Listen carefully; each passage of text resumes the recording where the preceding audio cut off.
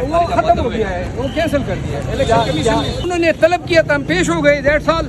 کوئی معذرت نہیں کی ہے, وارنٹ کینسل کر دیے. آج تو انہوں نے طلب کیا تھا پیشی کے لیے, ہم پیش ہو گئے. خان کے بڑے مداح ہیں, اگر ان کی کوئی شوق تھا تو جب الیکشن کرائیں گے تو ہم کہہ سکیں گے. فی الحال تو بدیو نظر میں کوئی ہمیں الیکشن کا پروسیس فیئر نظر نہیں آ رہا ہے. سائفر کے کیس میں ہم آج پیش کیا ہے اور ابھی ہمارا ارادہ ہے FIA میں پیش ہونے کا. سیکشن چہرے کے اوپر ہم نے دیکھی کہ بڑا جو ہے نا زبردست ہو گیا کہ آج اگر کسی جگہ کے اوپر جیسے کہ لاسٹ ہیئرنگ کے اوپر چیف صاحب نے کہا کہ میری جو اہلیہ ہے ان کے حوالے سے جو ہے انہوں نے زبان استعمال کی ہے جلسے کے اندر, تو گزارش یہ ہے کہ اگر کوئی زبان کسی جگہ پہ استعمال ہوئی ہے تو اس کا ایک پروسیس ہے کہ آپ ڈیفیمیشن جو ہے نوٹس بھیجیں یا کوئی جو آپ نے کارروائی کرنی ہے وہ کریں.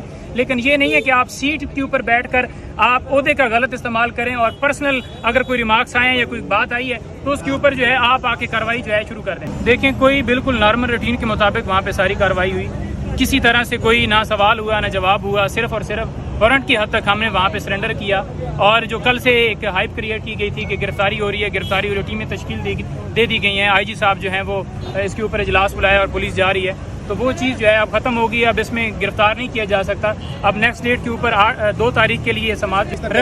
رویہ بہت اچھا تھا, بہترین تھا, کسی طرح سے وہ کوئی وہاں پہ اس طرح کا رویہ نہیں تھا. چیف الیکشن کمیشن تو آج تھے ہی نہیں. کیسز اتنے ہیں کہ اب دیکھتے ہیں کہ جس طرح سے سرکار نے کیسز بنا دی ہیں پورے پاکستان میں, کبھی کوئٹہ درج ہوتا ہے, کبھی سائفر والا معاملہ اٹھا دیا جاتا ہے, کبھی جو ہے وہ اس کے اوپر بغاوت کے مقدمے درج کر دیے جاتے ہیں. تو کیسز سے اگر اس دن اس طرح کی پیشی نہ ہوئی تو ضرور پیش ہوں گے.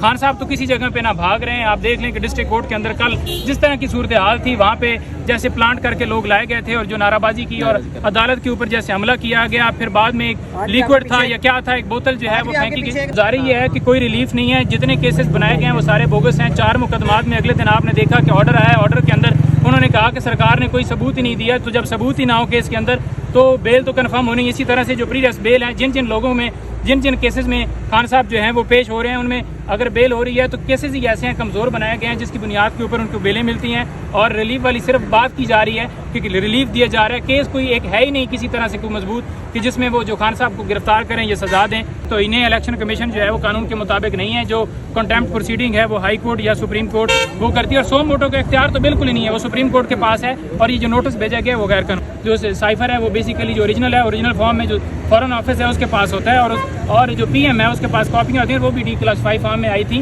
تو میرے پاس تو نہ کسی وہ جو ڈاکومنٹس تھا وہ اس کا کسٹوڈین میں تو نہیں تھا. تو میرے اوپر جان بوجھ کے یہ الزام لگایا جا رہا ہے. کبھی کہتے ہیں چرا لیا گیا ہے, کبھی کہتے ہیں کہ سیاسی مقاصد کے استعمال کیے گئے.